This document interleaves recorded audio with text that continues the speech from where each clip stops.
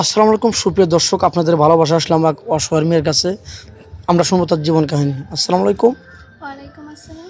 হ্যাঁ, ছোট্ট আপু, তুমি কেমন আছো? এই তো আলহামদুলিল্লাহ ভালো। আপু, তোমার নাম জানো কি? আমার নাম মায়া। মায়া। এই নামটা তোমার কে রাখছিলেন? এই নামটা আমার মা রাখছিলেন। মানে এটা জিজ্ঞেলাম কি জন্য, অনেকে কিন্তু নানা নানি বা দাদা দাদি এরা কিন্তু নাম রেখে থাকে, এই জন্য বললাম যে অনেক সুন্দর নাম, কিউট নাম। নামটা কে রাখছে? তোমার আম্মু রাখছে না? জি। যাই হোক, তোমার হোম ডিস্ট্রিক্ট কোথায়? ফরিদপুর রাজবাড়ী। ও, ফরিদপুর রাজবাড়ি। তুমি কি ছোটোবেলা থেকে তোমার দেশে বড় হয়েছো নাকি? হ্যাঁ, ওখানে বড় হয়েছি। আমার বাবা নেই, মা আছে। আমার মা আমাকে কষ্ট করে একটু বড় করেছে, তারপরে আমার মামা আর কি আমাকে দেখে। ও আচ্ছা, যাই হোক, এখন তো বিয়ের সাথে বয়স হয়ে গেছে। তোমার বয়স কত? এই 20 বিশ। প্লাস হবে।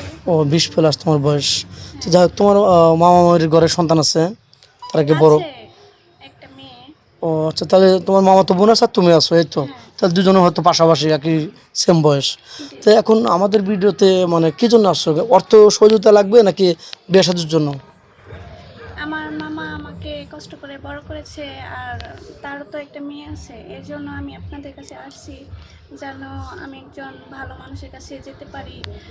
আপনারাও একটু সহযোগিতা করতে পারেন, আমাকে বিয়ে শাদী দিতে পারেন, এরকম দেখি। ও আচ্ছা, মানে তুমি বলতে চাচ্ছ যে আমার মামা তো গরিব, তার তো মেয়ে বড় হয়েছে, তাকে বিয়ে দিবে, আমাকেও বিয়ে দিবে। এটা মানুষ না বললেও মুখ দেখে কিন্তু বোঝা যায় যে এখন কাকে বিয়ে দিবে। দুজনই তো সমান বয়স।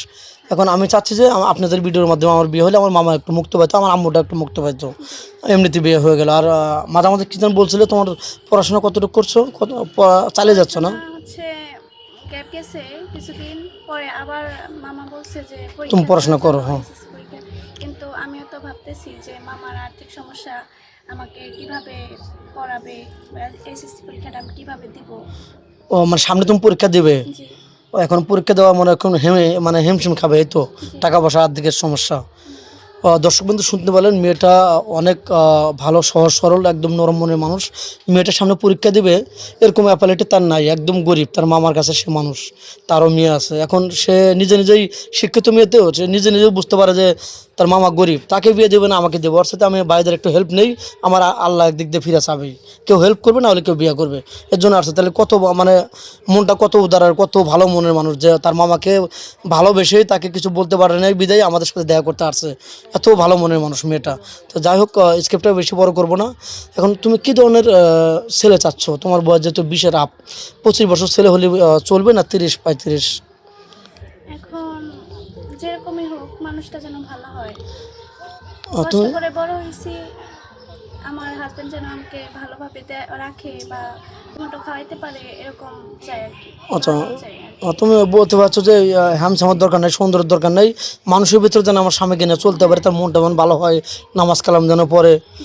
একটু, মানে যাই হোক আমাকে খেয়াল খুশি মতো রাখবে, আমি তাকে খেয়াল খুশি মতো রাখবো, জি। এরকম একটা মনের মানে ভালো একটা মন চাচ্ছ, এই তো। হ্যাঁ। ভালো সুদর্শন সুন্দর ছেলে না, তার মনটা সুন্দর চাচ্ছ। জি।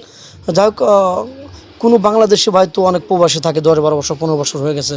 সে তোমাকে লক করলো, বিয়ে শাদী করে প্রবাসী নিয়ে যেতে চাইলো, তোমাকে ওখানে জব দেবে, না হলে তোমাকে বাসা বাড়িতে রাখবে।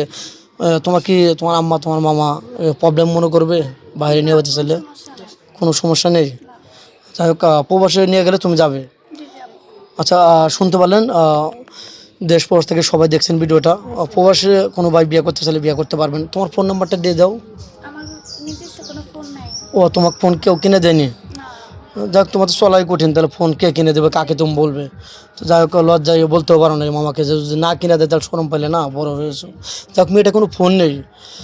আমাদের নাম্বার দেওয়া থাকবে, মানে ইউটিউব চ্যানেল কর্তৃপক্ষের নাম্বার দেওয়া থাকবে। কেউ ভিডিও কল দেবেন, অডিও কল দেবেন। ভিডিও কল দিলে ব্লক করতে বাধ্য হবো। ভালো থাকবেন, সুস্থ থাকবেন, আর মেয়েটার জন্য দোয়া করবেন। আল্লাহ হাফেজ।